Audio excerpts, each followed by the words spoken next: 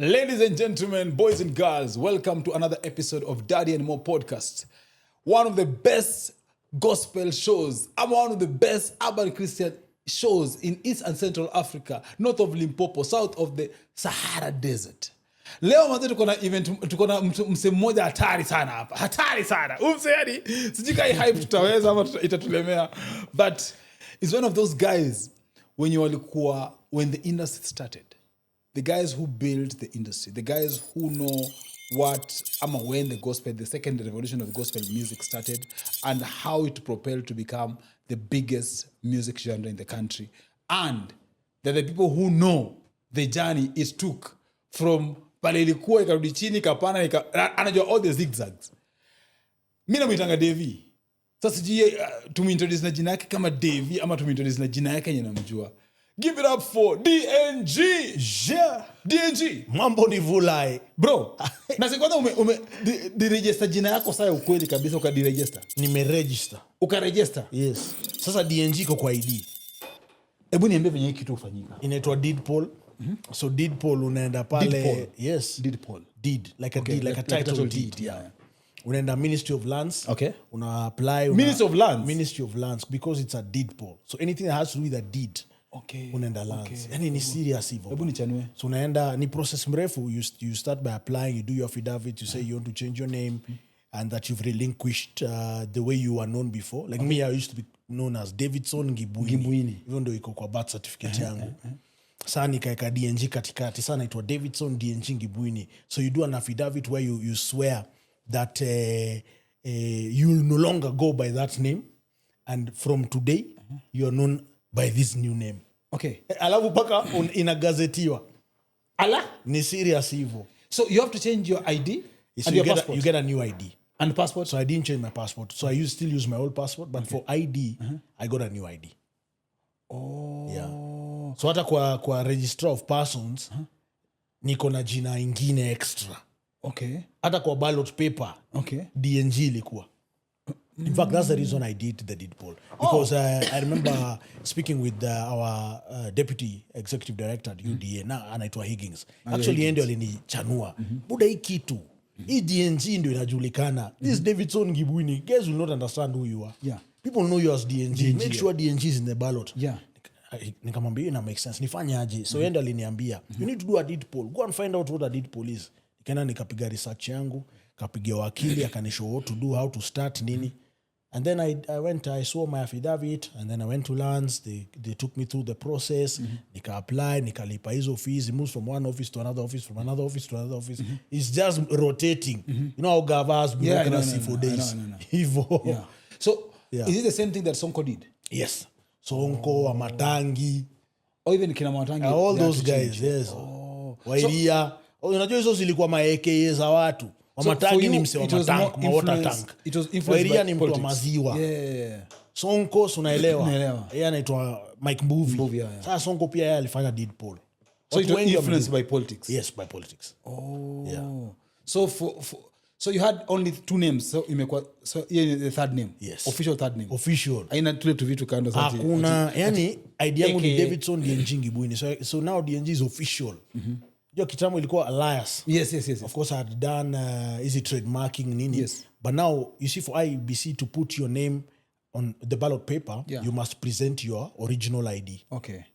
So for DNG to be on the ballot paper, I had to present an original ID with the name DNG on it. And the process ilinichukua maybe 6 to 9 months. Is it costly? Not really. Okay. It's just frustrating. Tedious. Hiyo TD lazima ufuatilie watu wajisikii kufanya, siko naelewa facilitation, mambo ya Nairobi. Kabisa. Mambo ya serikali ya nchi ya Kenya. Were you born in a political family?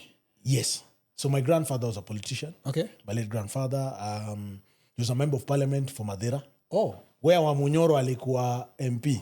Buka yangu alikuwa MP hapo. Oh, which year was that? This is 80s, 70s, 80s, 90s. Okay. He lost the last election in 1992.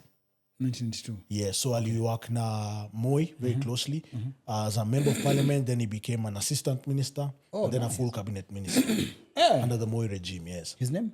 Davidson DNG Kuguru. So ukigoogle Davidson DNG Kuguru utapata grandfather wangu. Oh, nice. Yes. That's very interesting. Yeah, so I think the apple has fallen close to the tree. So do you believe leaders are born and leaders are made? It's a mix. You know why? It's a mix. In my opinion, I feel like there is something called destiny or predestination, Okay. where you are predisposed to certain abilities and certain strengths and certain capabilities. Okay. Naturally, like you have innate skills the same way unaweza cheza ball. Yeah. Unaona tu mtu mdogo anapepeta mpira fiti, sio unaona hiyo kitu. I get you. Kuna mtu mwingine tu anajua kuimba, Yeah. mwingine ukimpea karatasi anachora fiti Kabisa. ama na paint. Yeah. Ama kuna mwingine tu anapenda tu masomo, vitabu, so they are predisposed to reading and understanding what they read easily. Okay. So I feel like politically I may have been predisposed into to that. And then I chose it and I worked at it, because now you have to develop a skill set. Yeah. As much as you're born with a skill, say a gift of music, you must develop it. Of course. You must learn to rhyme. You must learn to write music. Yeah. Do your lyrics. Yeah. Compose your melodies. Release that song. Yeah. Popularize that song. Promote it. Build your brand in entertainment and music. Get people to know you. Network with the right people. Get clients, do shows, break bread, invest, reinvest, keep building. Morph. So you have to work at it. See ati juu umezaliwa na kipaji. Yeah. Sasa it's like manna from heaven. No, even Messi, he trains daily. Yes. Enda gym, make sure uko sawa, health diet nini. Yeah.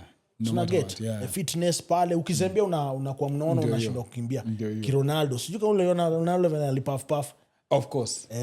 After retirement, which is normal, right? Because your body is used to a certain regime. So when you stop doing that regime, unajiachilia, ndio unasikianga football alijiachilia. Hata Usain Bolt at some point alianza kujaja. Amekuwa ameshona kiasi. Usaini kukula hiyo of profit bana, umewakada enda pale uchukue yacht.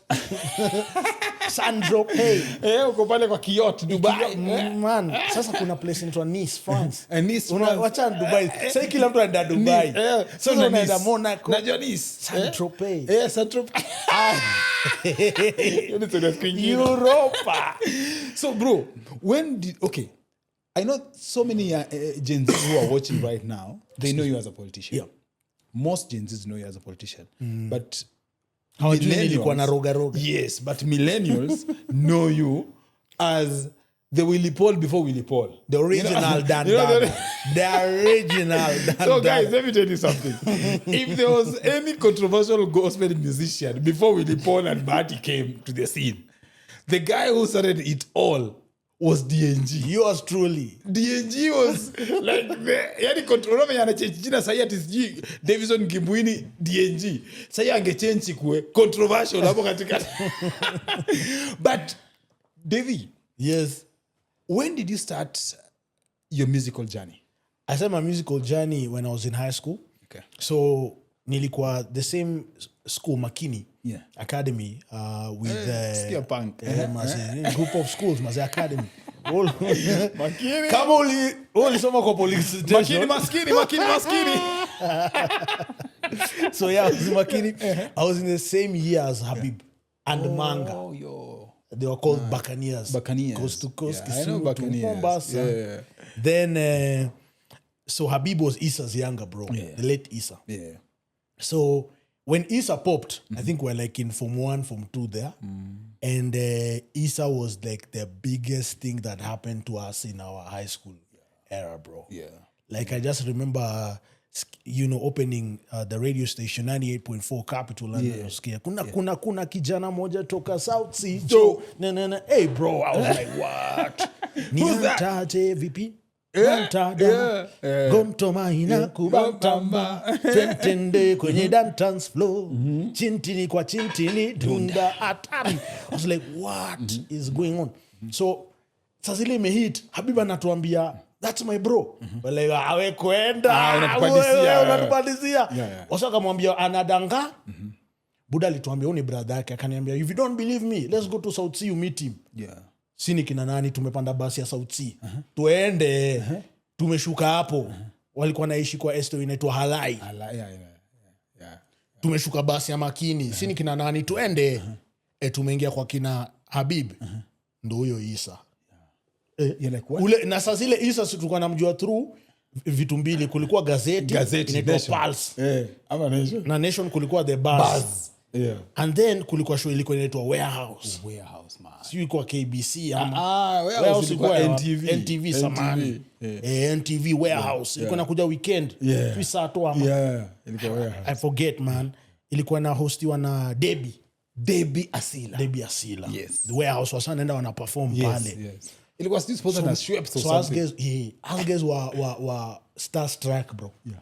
Yani uni Isa ule tunamuona kwa TV, yani ni kama umeona idol wako, siko unanipata. Na get those days from there tunaenda tao kulikuwa pale ya mavazi ilikuwa inaitwa Rock Collection pale 20th century ya Jack Cruz pale 20th century. Yes, hapo chini wanabai mavazi na wale wase wa Dukes Vultures, Colonel Mustafa na Nasty Thomas wanapiga mavazi bro, si tunapiga tu window shopping.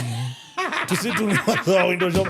Unaona wasana by Timberland Malags gonna spend those days bana. Fam. Those guys had serious cheddar bro. So Isa tunamgota. So I think my love for music started. Like that's when I realized that if Isa can do it, pia sisi tunaweza do. It's closer to home. It's closer to home. Because before then, me, I was just like listening to music, memorizing verses, and I was really good at that, memorizing verses, and then just delivering the same tukiwa break time, lunch time, pale tukiwa na mabeste. So we started writing lyrics with a boy of mine called DP. DP was RK's younger bro. RK Mwanabuja. Oh. Yes. Oh, serious? Yeah. Oh, nice. So tukaenda kwa studio RK, tukiwa form 2, tukarekodi ngoma. RK akatuambia, you guys can't rap.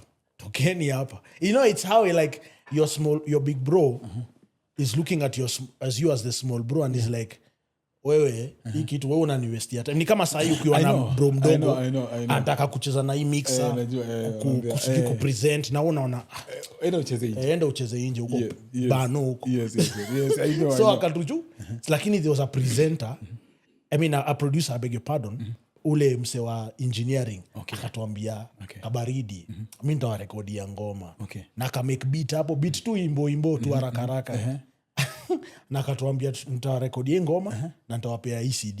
He didn't even mix, he didn't even master, he just put our vocals on that track. I know, because you know him haraka ndo tuwe. I think he had a soft spot for us.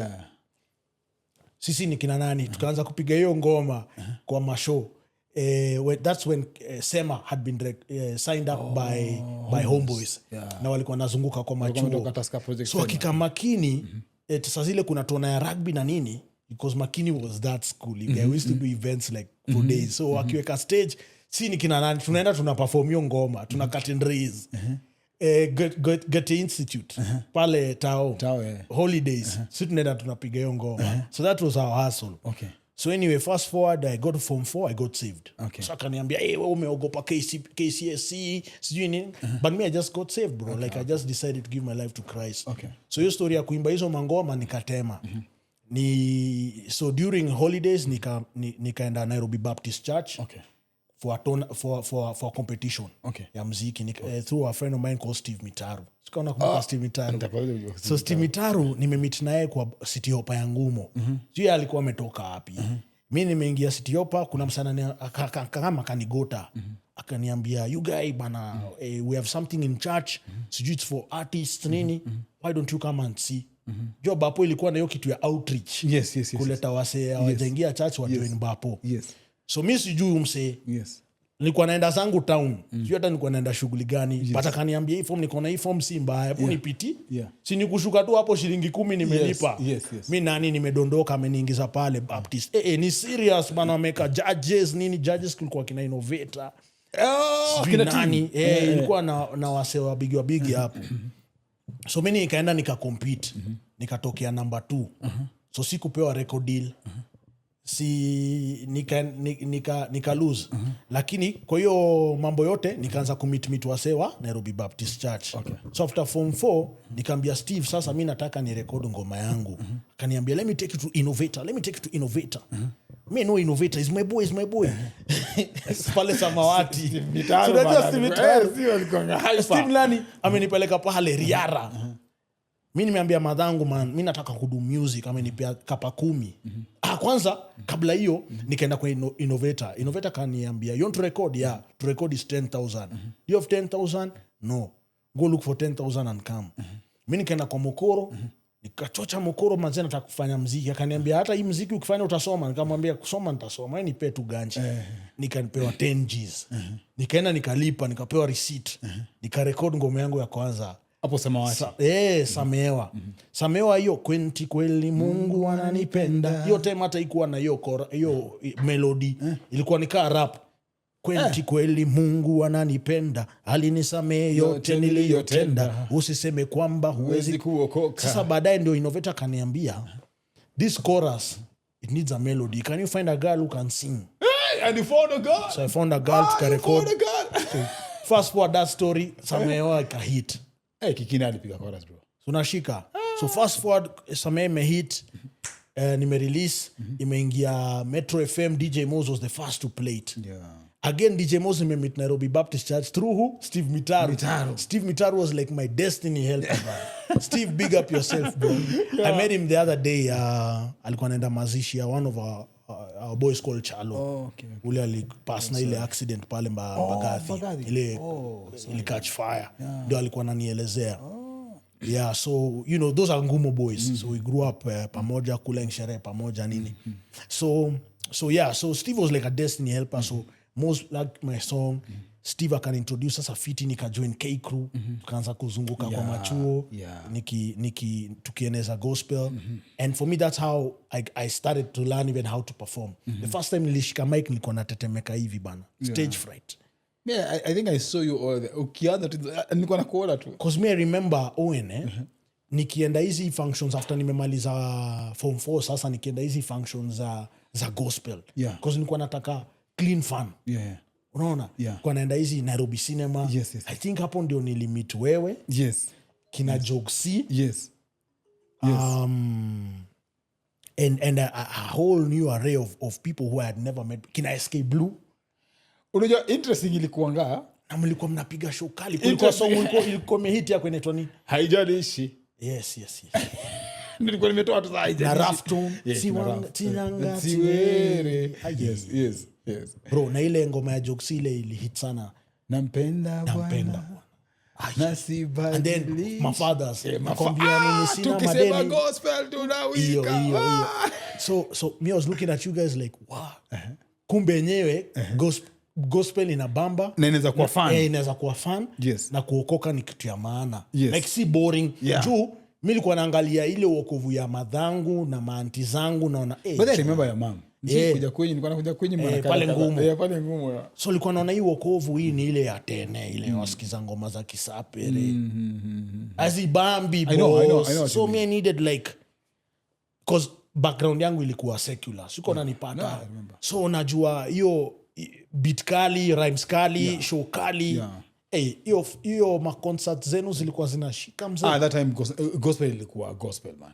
Ilikuwa gospel. So I appreciate that. And that for me was a real safe space. So I joined. I just continued being a part of that. I remember telling my mom tunaenda kesha. Akisikia tu kitu ya chacha na support. Juu alikuwa ameokoka pia yeye. And you know, I just created a new life out of that. I joined Nairobi Baptist Church. Nika join hiyo ministry ya youth. Tukaanza kufanya macamp za youth. Tukaanza kufanya conference ya youth. Ilikuwa inaitwa Light. And then nika join K Crew. Tukaanza kuzunguka kwa mashule nini. And that became a new life, man. Beautiful stuff. Kuna show moja nakumbuka tulipiga SOS Mombasa. Sijui kama unakumbuka hiyo event. SOS. Sijui kama ilikuwa ya Word of Life ama ilikuwa ya nani? I think ilikuwa ya Wadi. Ilikuwa ya Wadi. Odanga. Ilikuwa ya Odanga. Big shout out Odanga. Odanga alikuwa mtu ya kwanza kunipea check ya pesa. Serious? In my life. Serious? Yeah. I think alinipea check ya si ilikuwa hata 3. Big up. Kitu kama hiyo. Yani na ujue hiyo time industry were making 0 shillings. Do you know? It was so hilarious that when we were doing gospel, it was gospel for real. Yeah, for like real. we were doing gospel music to spread the word of God. Kabisa. Kwa roho safi. There was no at we were doing this thing because of money or anything. No. And you know, I believe deep down in my heart, I carry those blessings with me everywhere I go. Yeah. I feel like I earned my stripes in the army of the Lord. Yeah. And I feel like the blessings I have today are as a result of that foundation. Your foundation. Because it was a very firm foundation. Yeah. Guys were prayerful. Guys were serious. Guys were, Haikuwa jokes. Haikuwa jokes. Ilikuwa total devotion to the word of God. Tunasoma Biblia, tunafanya hizi ma groups, easy groups, I forget the name, yani. My fellowship. Ni kama fellowship. Yes. Hizo ma cell groups. Yeah, cell groups. Yeah, cell groups, kwa mtaa, ama Bible study. Bible study, hata kwa Moz, ukaenda kwa DJ Moz, tunakaa hivi, tunasoma Waroko. Biblia. Bana, Waroko, kangeni mtu wangu. Waroko burning. The next time I know, nafanya campaign Waroko for UDA. Fast forward. Ndio hiyo sasa. Nilikuwa kwa roadshow track nikisema hii mahali nimelala kwa hii nyumba. You remembered. And I remember. But the most interesting thing was, even those days, as much as tulikuwa like tunafanya gospel sisi wote, unajua kulikuwa na ni kama nyinyi mlikuwa na clique yenu. Unajua nyinyi mlikuwa as K-crew. No, not as K-crew per se, but okay, let's say as K-crew. But unajua ulikuwa na fathers Kiki. Ulikuwa na group ya kina Kiki. Mayonde, alikuwa na Mayonde. Diana. And then ulikuwa tuna wase wenyu na upunk fulani kwa sababu nakumbuka sisi na kamera tunajaribu kusikia stories zenyu tuko hapa ni kizungu bro hapa. Sisi tulisema kama academy. Wasa academy walikuwa na click yao bro. Yeah, you know my guy, you get my guy. You get my guy ni wasafi. Hata ukimsongea unaona ukikanyaga ukiatia white utakuwa umemharibia siku. Look will be look bana. You guys bana. Sasa tunaangalia hivi tuko zile za kuna video ukatoka kwa Ankiguta ndani. Kwa Ankiguta bana. Ilikuwa mpenzi. Bro. Top player. Bro. Creme de la creme. Bro. Ankiguta. Big shout out. To the T. And then in the video she was my wife, man. Yeah. Nimemzalisha watu isiyo kama waine hivi. Concept. Put in the chorus. Penzi. Ageko Manjeru. Umsalipiga chorus, Manjeru alikuwa wale asa behind the scenes, a corporate guy. Okay. He didn't want to be in the video, so we got K1 to do like lip sync. Yeah. But I remember the guy himself kwa your video. Yeah, anaitwa Manjeru. So in short, your gospel songs zilikuwa kama 3 ama 4? No, bro. I did initially before I did my album, nilirelease Samehewa. Yes, Then tukadu Samehewa remix na Gospel Fathers. Yeah, that one's nice. Then I released Temptation featuring Kera. And then I did a 16-track album. Yeah, I remember the album. Yeah, Ilikuwa bluish. That was now my pre-album release tape. Ilikuwa inaitwa Kwenti Kweli. Hiyo ya blue. Cassette. Bana tumetafuta do. Wacha nikwambie, mimi nilirelease hiyo tape. Nikaanza kuuza hiyo tape kwa machurch, kwa mashule. Nilikuwa naiuza so. At some point, nikapandisha bei ikafika 150. But unajua saa, at that time, DNG alikuwa, unajua wale ondonga, the blue-eyed boys. DNG alikuwa, alikuwa msanii wa kwanza, at least anakaa, mademu analilia bana. Sisi wengine tulikuwa sura ngumu bana. Mimi nilitoa paka maposta. Sisi tulikuwa tunataka tunaweza ibia hata fan. Tulikuwa tunatokea event, mafans wanaficha vitu kwa fans wanaogopa tutawaimbia. Lakini DNG ndio walikuwa wale wase wasafi wa mapunk look nini unajua? Mademu wanadai. Alafu ka afro kangu. Mademu walikuwa wanadai. Is DNG going to be there? Yes. DNG atakiuza tape hata kama ingekuwa empty ingeenda. Those days man bro DNG alikuanga yani one finje kwa mashule, kwa ma high school, kwa ma university, ma college. But do you know, to be very honest, let me just give you a flowers. Me, I've seen so many guys when you're on your starstruck thing, ama stardom thing. Yours was different, bro. Because you can imagine me nimeona Rafton, mi nimeona SK Blue. Unajua tunaongea about watu walitoka unajua kuna kwa industry wanatokeanga pole pole and then they peak. Lakini kuna wanatokeanga from the word go, you just feel like fujo. Ndio hiyo. DNG ulitoka na fujo. Nimeona wasanii wengi lakini yako ilikuwa on a different level. Na unajua at that time bado ulikuwa tuna ngoma kama moja peke yake. Samehewa. Peke yake. One track. But DNG ulikuwa unaingia stage. Everyone is like, hata si wasanii tuko DNG anaingia stage boy. Guys, DNG anaingia stage. Wacha tuwache energy. And you know, your hype nililearn from K-Crew tukifanya hizo maafrakata nini. Yeah, maafrakata. Ndio baadaye nilichukua kama career as a hype MC. Nakumbuka. Sasa kazi yangu ni kupiga kelele kwa my events na ma concerts na mabash. But then ulikuja ukamorph and you became a full MC. I remember very well, I used to know, najua umse asha fight battles zake kule ndani kwa trenches because tulikuwa na wewe ukifight in the trenches. So ulikuwa usha sharpen all your skills and your tools and your weapons. So but mimi nilikuwa nakuona nafanya hizi corporate events, najua aini msu wake kwa DNG because zile high school zilikuwa hard, mic hakuna, mic zinawaka ziwaka, ni mic za kamba unajua.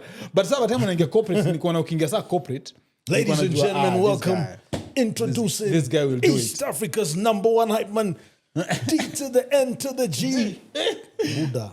But how did you morph now? Transit from becoming a musician to your company? Because I remember there's a moment you used to work at FAT. Kiss. Yeah. FAT was an agency yes. that used to give me jobos. Okay. Mike Strano. Okay, Mike Strano. And Waidaka.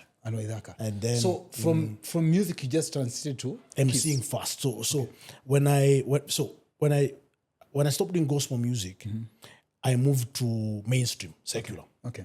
And then I linked up with Jomino, of course. Yeah. Tukafanya Banjuka remix, tukafanya Kina Kamua, did a couple of songs. Yes. And then I also worked with other producers like Kina Yulopa, Nini. Yes.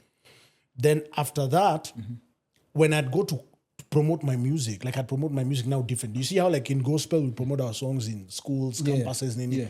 So in mainstream or secular you promote your music in clubs. Yeah. Ideally. Of course. Ngoma lazima hit hapo kwa dinda. Kapungala nilipeleka club. Yes. Kapungala nilipeleka kwa club. How I got into MCing was very strange. Like I used to go to a club to push my song.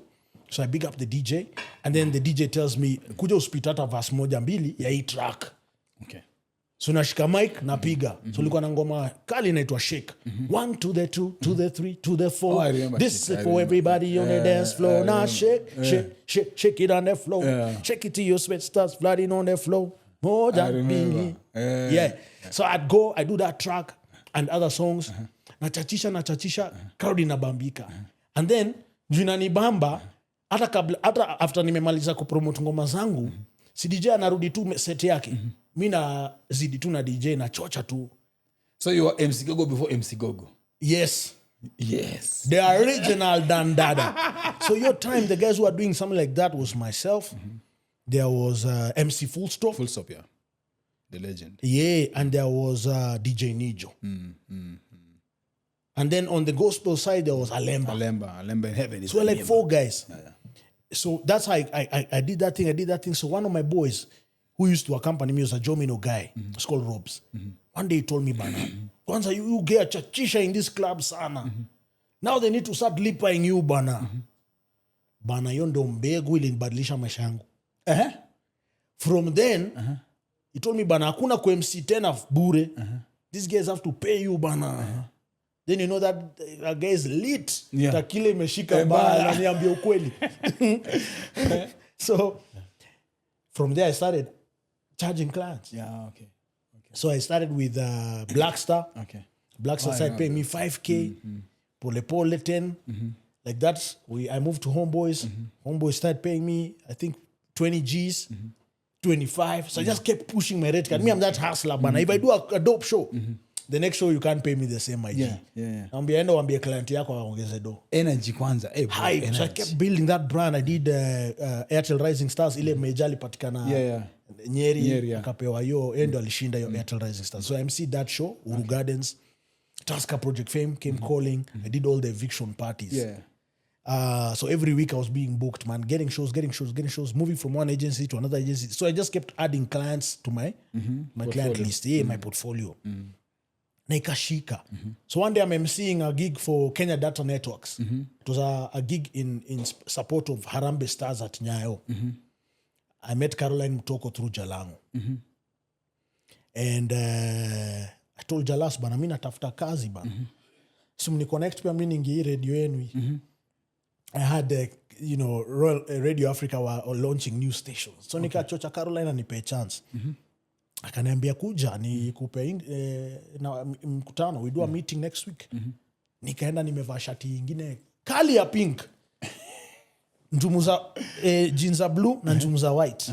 Look na kastalet kangu alikuwa na kwama hao kama kawa. Hey bro, alikuwa na struggle.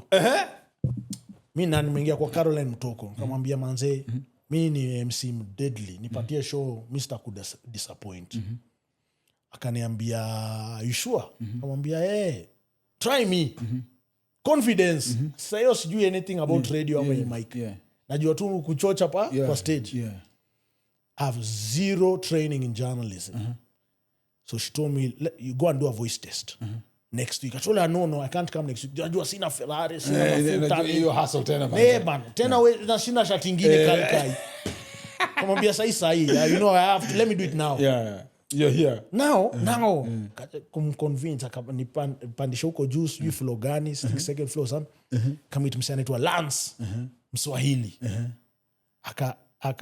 Akaambia mse record this guy voice test. Nikapiga. Sijui English, Swahili and Sheng. Nikapiga zote. Caroline akaniambia I'll come back to you. Simi nikajitoa. 1 week later amenipigia tenje. Serious? Where are you?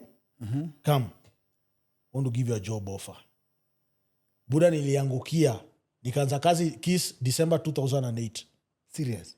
Mshahara 50,000. Sasa hiyo nimetoka kwa hizi show za 5,000. Sasa niko na 50 Gs. Guarantee. Ai. Rada ni gani? So nika sign very fast. Yes. Nikaanza training sasa. Training ni kukaa hapo the whole day from breakfast. Nasikiza show ya Caroline na Larry Asego na Jalango asubuhi 6 to 10. Natoka hiyo naingia, I think ilikuwa Sanaipei Tande. Yes. I think like 10 to like 3 or something like that. And then ya kina Shafi na Kaleche. Yes. Till 7. So the whole day I'm learning, I'm training 6 to 7. 6 to 7. After training, akaniambia sasa wewe, you'll do the evening show 8 to 10. Ingia huko. Huko ni sasa ninajifunza kazi. Jioni. Let's call it the 8 to 10 Jioni plan. Yeah.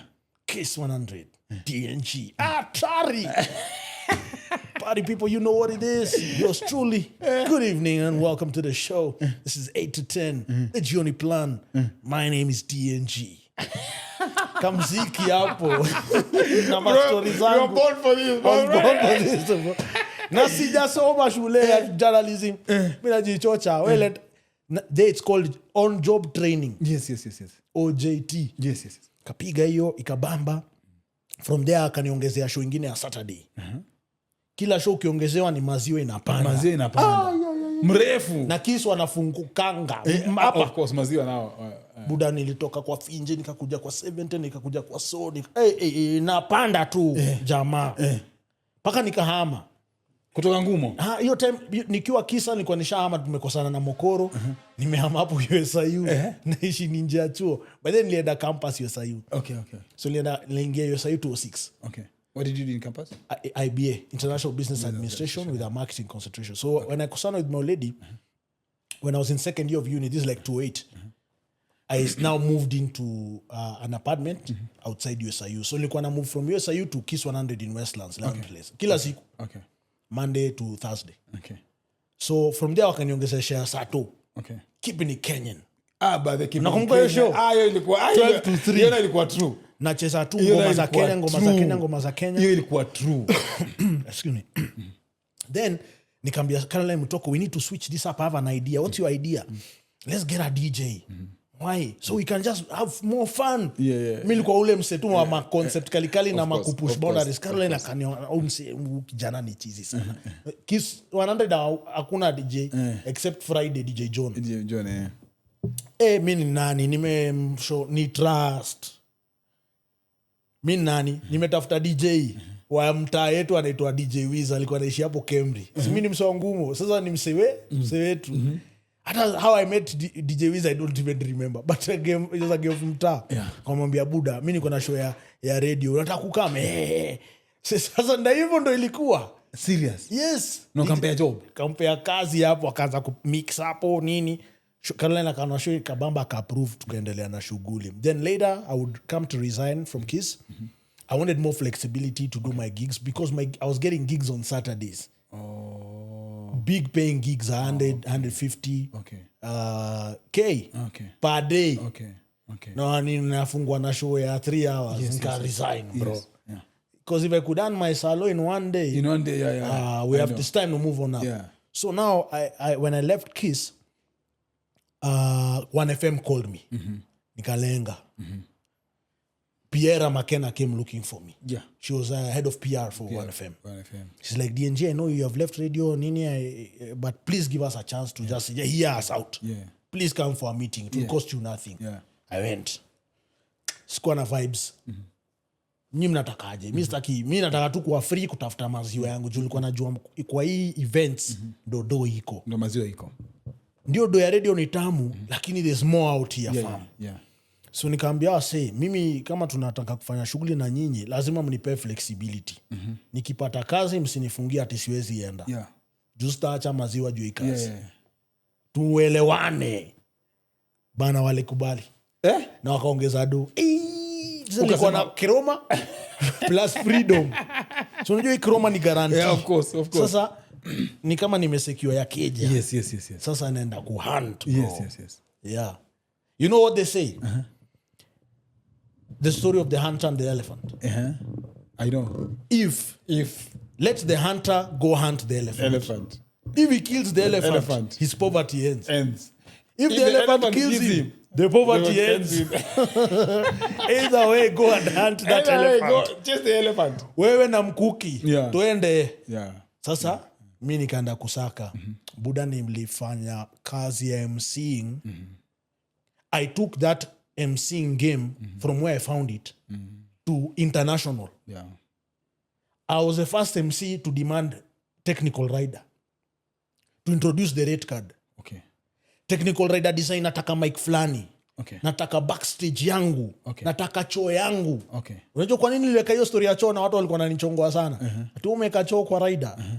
Nishaenda Kisii kupiga show. Hakukuwa choo fadhe.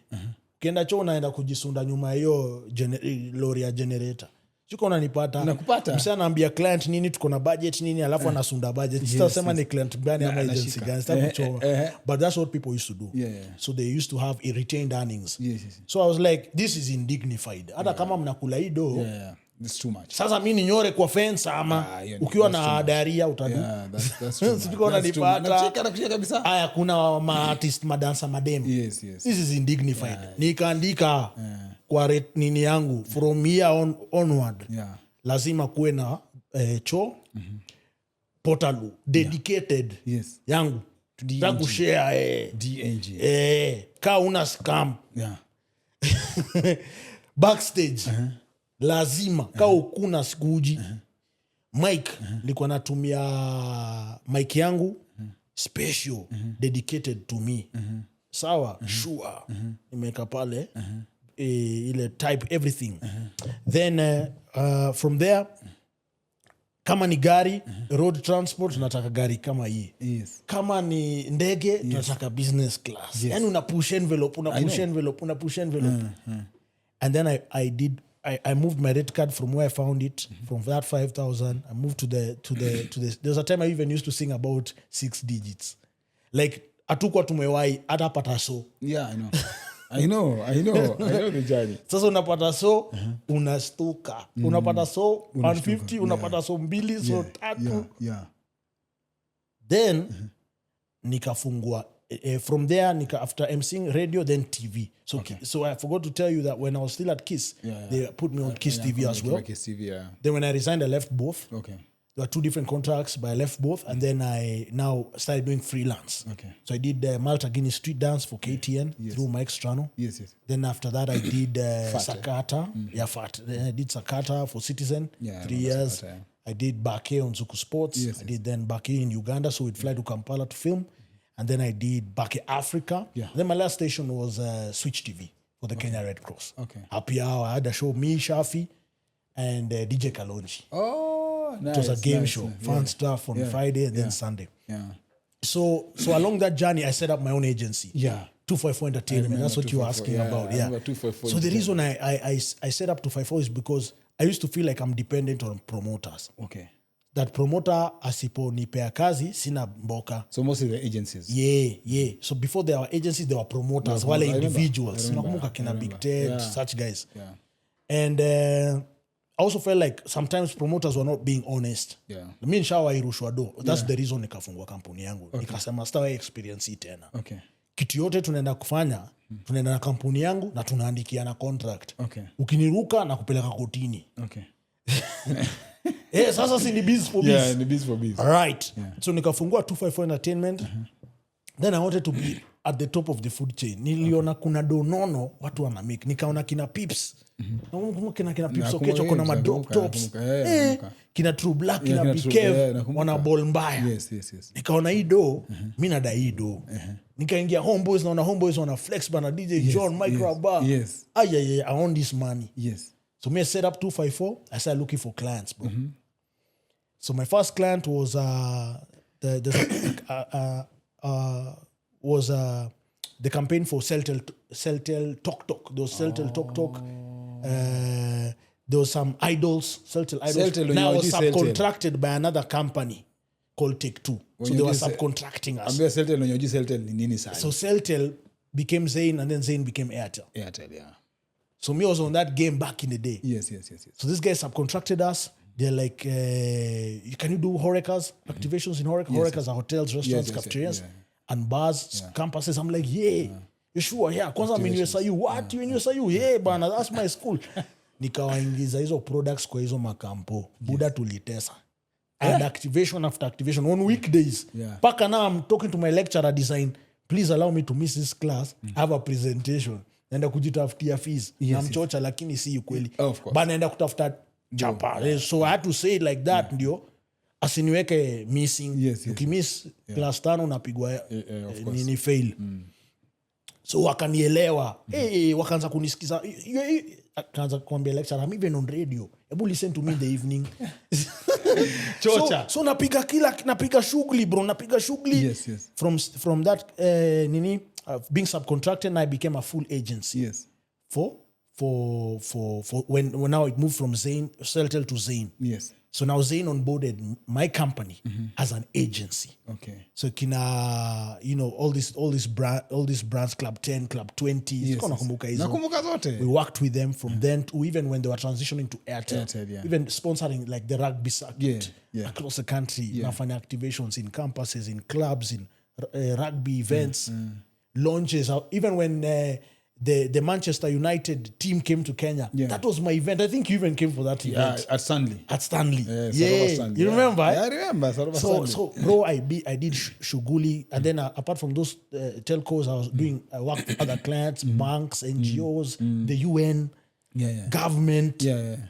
So me nimefanya kazi in Kenya, Uganda, Tanzania. With my agency. Yeah, I remember your agency was big. I remember your agency was really big. One of the most important stories that I know every fan is watching and angoja kusikia ni what really transpired ile time sasa ulikuwa umeshika gospel kabisa and then there was a controversy that happened in between. What because me I know the version of the story but I would like it wewe mwenyewe uitell what really happened. Nataka kunirudisha nyumba za zile nisha let stories that 5 bro I can tell you for free. Uniulize nimeenda Dubai nimeenda Nigeria. Bado tena huko bro. Hatujafika hata kwa MCA. Unajafika kwa mheshimiwa bado hapa tuko kwa David. Lakini nimefanya kazi nyingi sana hii nchi. Nchi wanafaa kunipea Elder of the Golden Heart. Relax. Tutafika hapo. So one of the most controversial stories was what happened at that time. Gospel was the industry was very, very strict, and then you became like a radical, correct, like a rebel, and divergent. Yes, and people like us who are from our people within will understand because. As a young man, you need a lot of guidance. So sometimes it's really harsh for someone just to judge you and to punish you, not knowing exactly that even the mistakes that happened sometimes is not that you're an evil person. It's just more of you're a young person. You're just experiencing stuff. We all exploring. Just exploring because at that age that's the only time you can do all those things. Correct. Even get? the Bible says when you're young, you when you're a child, you act like a child. Yes. And when you Yes. are older, you should Yes. act older. Yes. Yes. Yes. Maybe I'm paraphrasing it. No, but, it's just the same it's thing. same concept. Yeah, but when you are young, we used to think like. Yes. Yeah, when you are, because even a child, you're given milk, and an old person, you're given meat too. True. So, what really happened? So I think what happened for me, me, I've always been a real person. Firstly, Yes. like sijawai kuwa msee wa kujificha ama kupretend. In fact, if you listen to my songs keenly, the themes around my music. Firstly, my album was called now wachana kale ka tape kadogo. I now did a 16-track album after I won Cora. Then I got some money and I was able to do my own Cora songs. was big, guys. Guys who don't know Cora was like Grammys. Cora was like the Grammy For of Africa. Africa, yeah. Uh-huh. So I think the only equivalent to chorus now maybe is Afrima. All African Music Awards. Not yet. Cora was still big time because Cora had those days cash prizes. Yeah, Like I won 5,000 USD. Yes. At 18 years old. I remember. I went to Johannesburg at that time. in a limousine. Yes. Cora was big. Cora was like, I don't know. It's just Holiday like exactly Inn, bro. It's exactly like the Grammys of Africa. Aticheska. Sikuwa naamini na niko na madangu. Uko Santon. Niko Santon, bro. Santon mazee. Back in the day. Santon! No siku hizi wase wanaendanga hizi mainchi.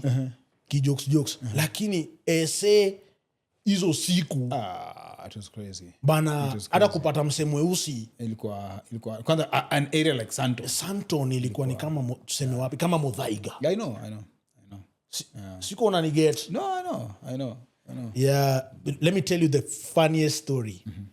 I went to Santon, the Holiday Inn farm. Nimecheck in. Nimetoka Oliver Tambo International Airport. OR. Nimeingia hapo. Nimeuliza wase reception, where is the washroom? Wakanipo direct nikaingia washroom. Mimi nimeenda nimejisaidia. Wacha nifike kwa sink. Siwezi nawa. This is the year 2004. Na wewe ni punk. Na mimi ni punk. Kama wewe ni punk una struggle. Siwezi nawa. Si tungefanya nini? Kama wewe ni punk. Nikushoni aje? Tap iko na sensor jamaa. Yes. Mimi natafuta tap, sipati tap. Yaani iko na ile kitu ya hii. Guys, lakini unajua ni msee wa USIU at that time. Na struggle. Sikuwa nimejoin USIU. No, but I'm just saying. Yeah. Wewe ni Middle income. Yeah. Sisi tumezoea ile tap ya hivi, ile ya blue na red. Bro. Maji haitoki, nagonga hiyo tap mzee. What's happening, man? Haifunguki. Maji imepotea hapa ni Lang'ata. Wow. Yeah. Let me tell you, nimerudi reception, bro. Nimeambia, wow, mama, there's no water. There's no water, man. She looks at me like, what? What do you mean there's no water? I tell her, yeah, I can't wash my hands. Na niko na soap nini. Cheki wameniditia msea ende anionyeshe. Kumbe ni ile design unaekelea maji mkono hivi maji natoka. Na sensa iko pale Manyus. Najua. Siko unanielewa, si ile hapa ni lazima uguze hapo Manyus ndio. Udani ili struggle. This is 2004. Now we're in 2026. Like this is 22 years ago, bro. Labda kuna msana wachisho wako amezaliwa. So in Santon. Yeah. So Yesu ni mso. So mimi nimeenda hiyo Cora, nimekaa huko nyuma. Meza yangu ilikuwa huko nyuma karibu na mlango. Na ni zile design unaletewa sijui 7 course meal. Sawa? Yeah, I know. Inaanza na starter. Starter ni sijui calamari na alafu calamari imewekwa kwa mamboga juu. Yeah. Kidogo hivi unashangaa saa hii ni what? Ama kisushi. Bro, yani what is this? Na uma nasikia bado ubao. Wanakuambia bana, mimi sikuamini hiyo inchi. Hiyo inchi ni noma. Walami wanafanya big thing agwan. Anyway, I won Cora. And Cora changed my life because it was validation. And Cora gave me a platform. Now, I remember coming back home, watu wananiandikia kwa gazeti, little known DNG. Who is DNG? Our mainstream guys didn't know DNG. But in the gospel scene, people knew DNG. So I remember being interviewed by guys like Pinky Gelani, Eve D'Souza. I was on big shows, but I couldn't even believe my song is playing on Capital FM Samehewa, a gospel song on a secular station, prime time before lunch news. Hey, Mungu nani.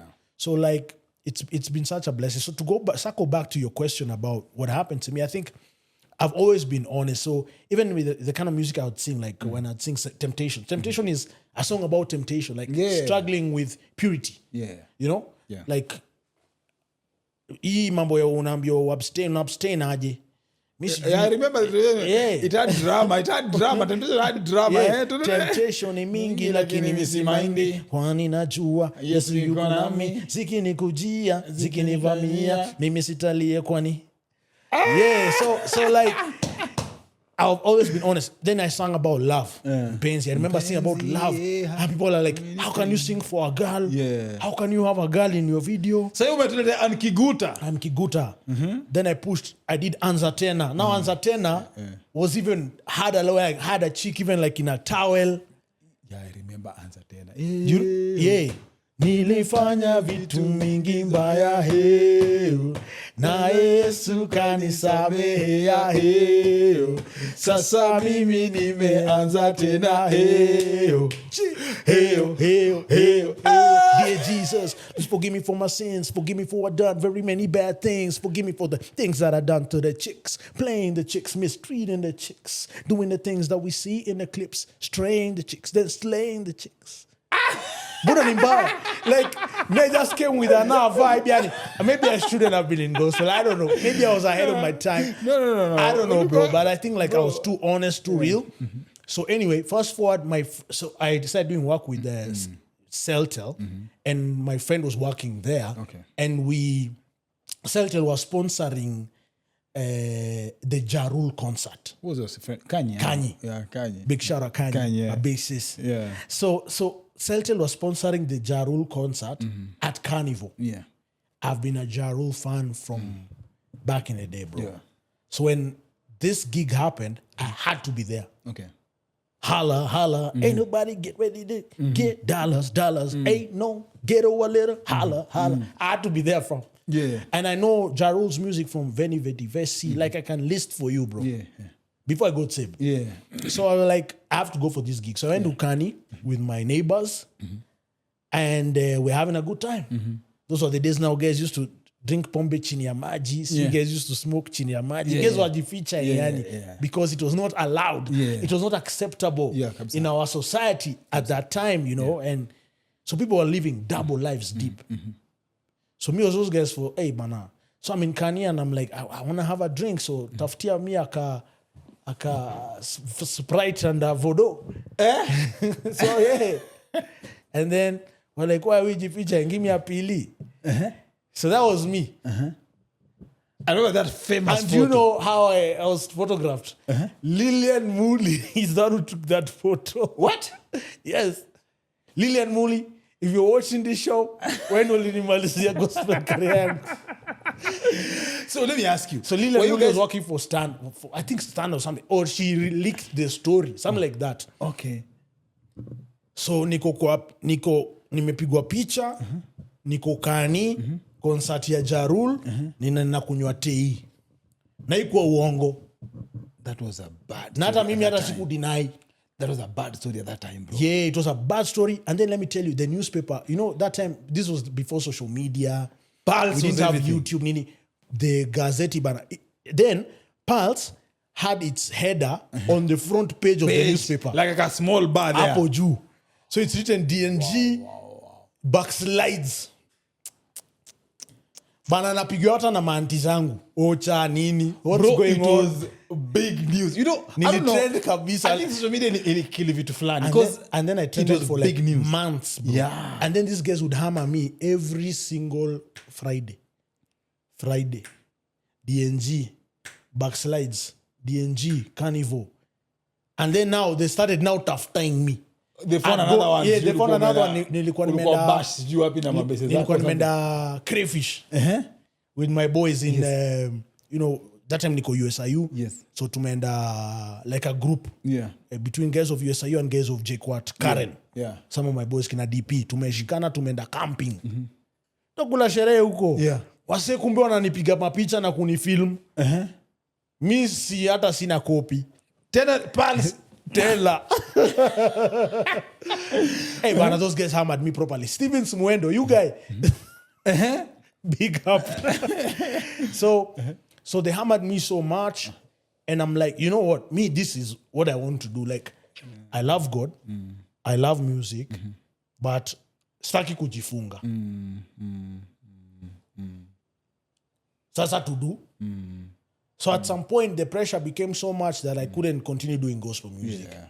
I remember when Tena singe rudi niambia wase ati sasa nitaacha kwenda kani. Naacha nini. People used to tell me, you can't go to carnival, but they're listening to secular music in their car. What's the difference, Owen? I remember. What's the difference between you put Nation FM or Capital FM where it's you're listening to DMX and me going to a Jarul concert? What's the difference? Nothing. You're just doing you're I don't know, you're setting rules that should not be. You're setting standards that you can't keep. So anyway, me nika now, in fact what happened during Sasa Gospel Kabisa, I was organizing youth camp for Light Youth Ministry. Yeah, the Bapa one. Yeah. Nime-organize, I was doing logistics. So even things like transport, mi ndo nileta Jimsi school bus wapige hiyo shughuli. I think wanapiganga hiyo shughuli paka saa hii. Because Jimsi was my next door neighbor. Pale Ngumo. Then after nime-organize wakaniambia wezi come youth camp. Nikauliza kwa nini? It will be a bad example to young people.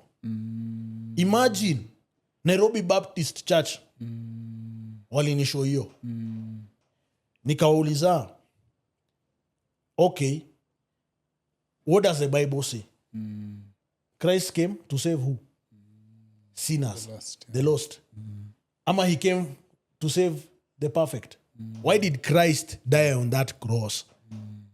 Unajua kupigwa msumari si rahisi. Wewe na tupigwe msumari vidole nini kimkono hapa. Na ni zile msumari kali hivi unasulubiwa kwa mbao paka una I know what you mean.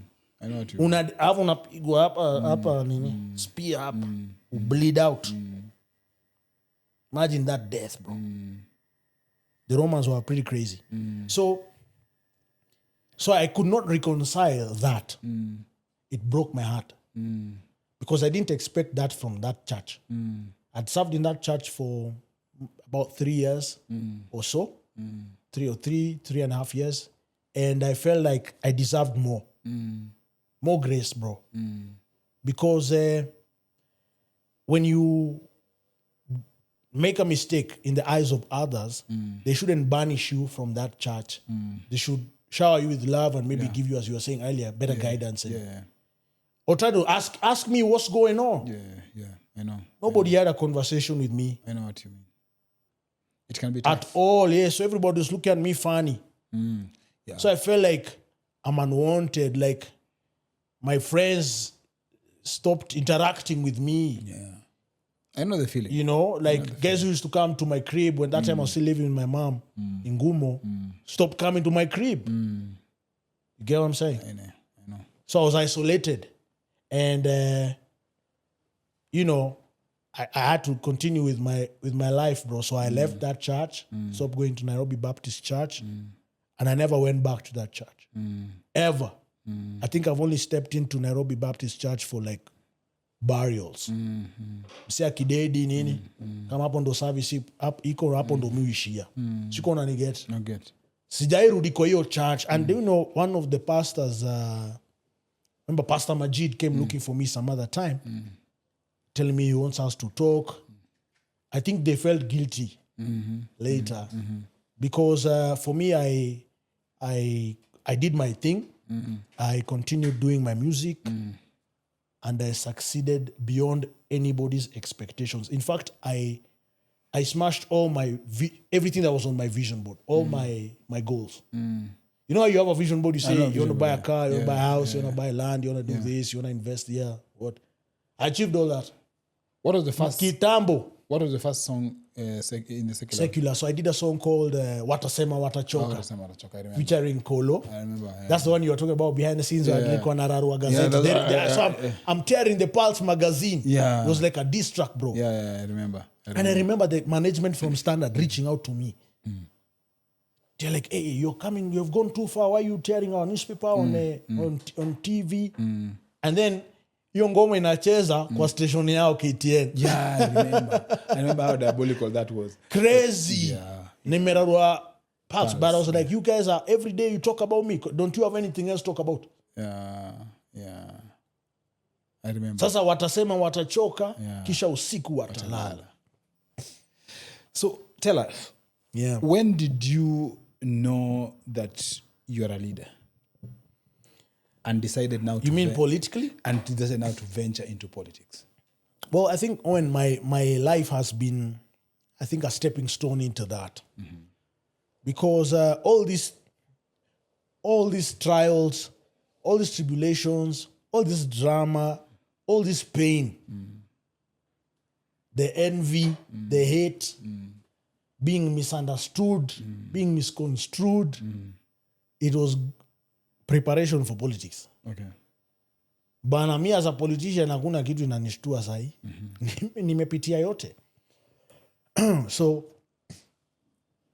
I feel like it's been preparation for my journey, and everything has been a stepping stone. Even the fact that now I can entertain people. I've been on radio, I've been on television, I've been on stages, engaging 10,000 people. Now in politics, it's the same. Because in politics, the crowd is your audience.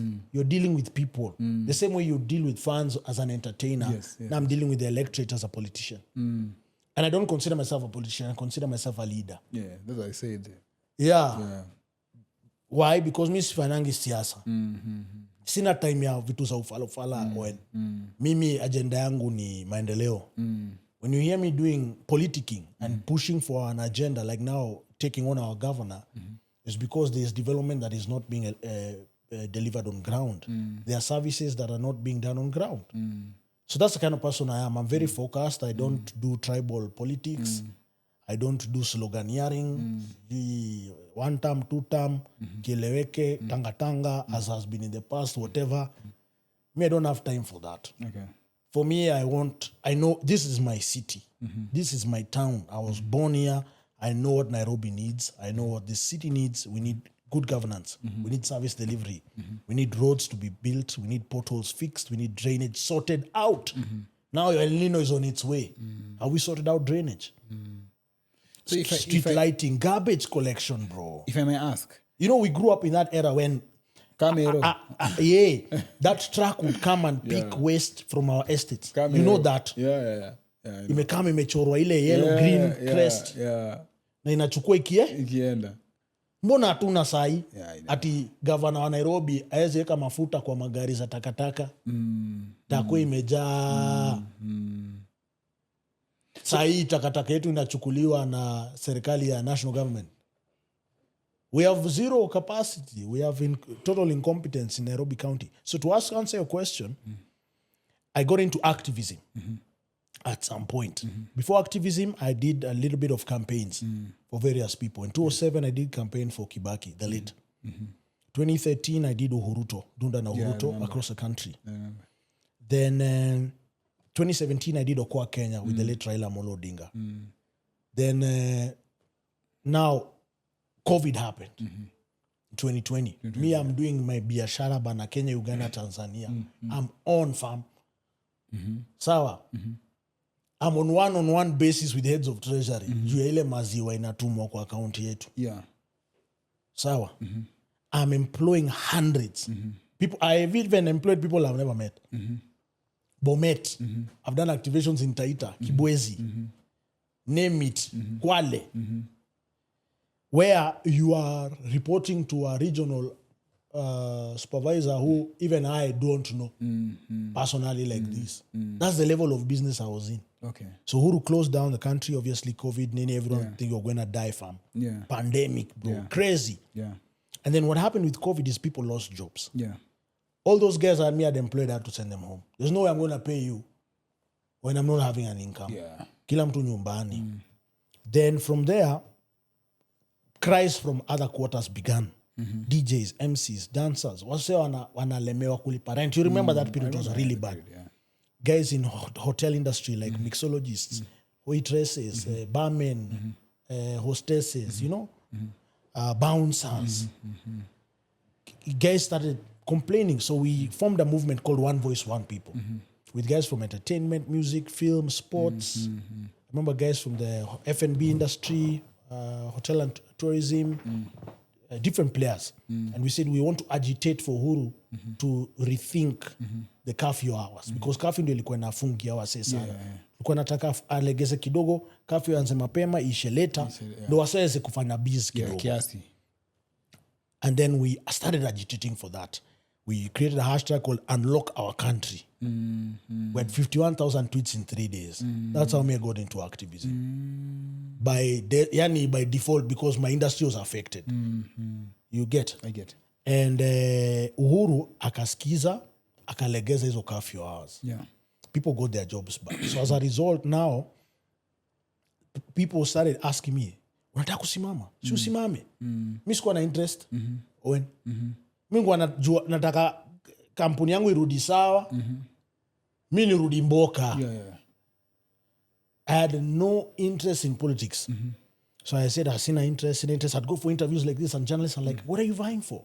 Like, nothing. Then why are you doing this? I'm like, because it's my industry. It's the right thing to do. There's no one speaking on behalf of this industry and these people.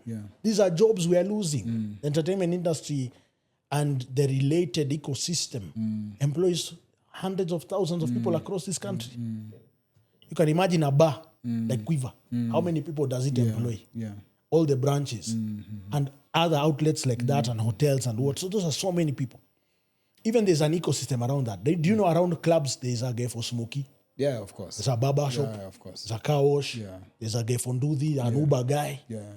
Right? Around there. There are guys who order nyama choma in the house. Yes. At midnight. Na inaletwa na pikipiki. Of course. So I was like, you have to consider these people. And he listened. And from there, now I kept interacting with my friends, my circle, and they're like, you guys, you need to take this thing seriously. See, mama. Then I started thinking about it. I'm like, what if? Should I? How do you do this? Because I like, simama sita kusupport. Wenda utuambie form ni gani. Simama, wewe umezaliwa hapa. Sisi hatuna MCA wa hapa tunajua. Simama tutakuchagua. Huyu ana kura ya KMTC, huyu akona kura ya Mbagathi. Huyu akona kura ya place ingine hapo mtaa kwangu. So I'm like, yo, let's work. So Ngumo is in Woodley? Ngumo is in Woodley. It's actually the area called Golf Course. So Woodley covers which areas that we know? So Woodley Kenyatta Golf Course Ward starts from Upper Hill. So Upper Hill, we are separated from Nairobi West by the railway. The railway, okay. Right? So from Bunyala upward, Upper Hill, Kenyatta Hospital itself is in Woodley. Then Kenyatta Market. Okay, Kenyatta Market. Na hizo estate zote, like where I used to live, Highview Phase 2. Hadi huko chini line 7 kwa reli. Kwa nyumba za reli hapo. Then you come up City Mortuary iko kwangu. Okay. Panda na Ngong Road on the left hand side towards Karen. Cabernet iko kwangu. Cabernet. Prestige iko kwangu. No Prestige. Moi Girls iko kwangu. Okay, Cubs. Toy Market iko kwangu. Okay. Adams Arcade iko kwangu. Okay. Othaya Market, Poster, Jamhuri, hadi Metrological iko kwangu. Yes. Unaingia NCC kwa Inspector Training College ya maskari wetu. Ingia na Talanta. Showground. Yote ni kwangu. Hadi Roland Camp uko chini. Hadi kwa Rive hapo kwa reli. Oh, serious? Yes, all that is Woodley. That's massive, eh? Yes. That's massive. A big ward. That's massive. So that's where I've been elected. And I decided to go for it because that's home. Mezaliwa Ngumo, pale ninajulikana, nina mabeste, nili grew up now. Na mamangu pia ameishi hapo from 83, 84. So anajulikana. My mom is like a mayor. Yeah. Very popular. She knows so many traders. Ni mtu amekuwa yani. So are you going for re-election? Ama for you, it's you want to move to maybe MP or something? For 2027, I want to vie for my re-election. Re-election. My second term, nasema DNG term ya pili, 2 term yangu. Na niko tayari kufanyia watu wangu kazi. Why do I want my second term? Because there are some things I've not yet fulfilled for my people. Okay. Which I really want to get done. Because when I vied so I can elicit legacy. When do you know I've done 11 roads? 11 roads? In 3 years. Oh, wow. 11 Wow. barabara. There are roads that tangu nikuwe mtoi mdogo zimekuwa matope. Okay. Sasa hiyo wasoko juu ya kabro. Okay. Kilami. Kisanton. Kilami sasa ukweli. Saint-Tropez. Yes. Saint-Tropez. Hey. Sijui kama unaniget. Nakishika. When you are a leader and you are serious about leadership and development, you can do so much. Yeah. For me, why you find me so passionately taking on my governor is because I know the potential of Nairobi and I know how much we could have done better. Yeah. And how much more we could have delivered. Yeah. Like now, you can imagine the last financial year, 2025, 2026, we've not done any ward development project in any of the 85 wards in Nairobi. Here, the governor refused to tender. So you ask yourself, are we serious about development? Yet we are complaining about flooding. Yeah. The ward development program is the infrastructure investment that is supposed to sort out stormwater, flooding, through drainage, construction and expansion. Yeah. Some MCS decide to do sewer, others build ECDEs, others do markets. Yeah. You know, depending on what wananchi need. And he refused. Then beyond that, he's not paying contractors who had done work. You can imagine, Owen, how much it hurts if you build a road, say 50% and raise an interim payment certificate and it's not paid. The last time a ward development project was paid in Woodley was in 2023. So that's why for me, you see me take on our governor and say, we need change in 2027. Do you think you'll vie for governorship one of these fine days? I don't know. It's in God's hands, bro. You never know. It's in God's hands and as the Lord shall lead. But being an MCA has given you a reflection of what... I understand the city.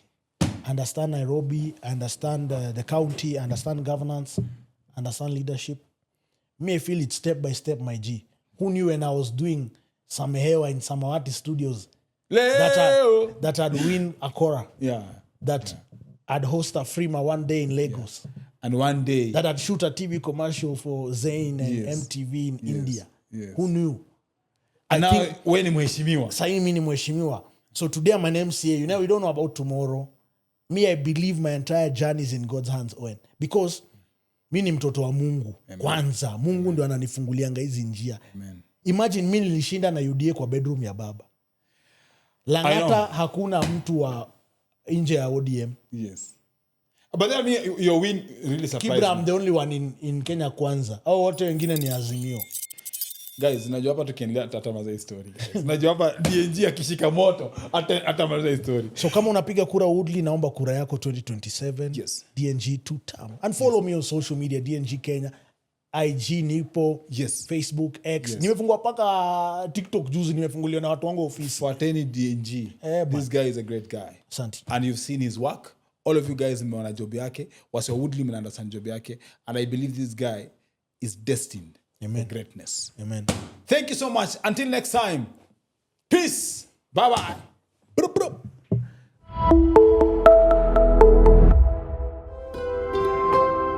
Brought to you by CH Studios, creating content that connects.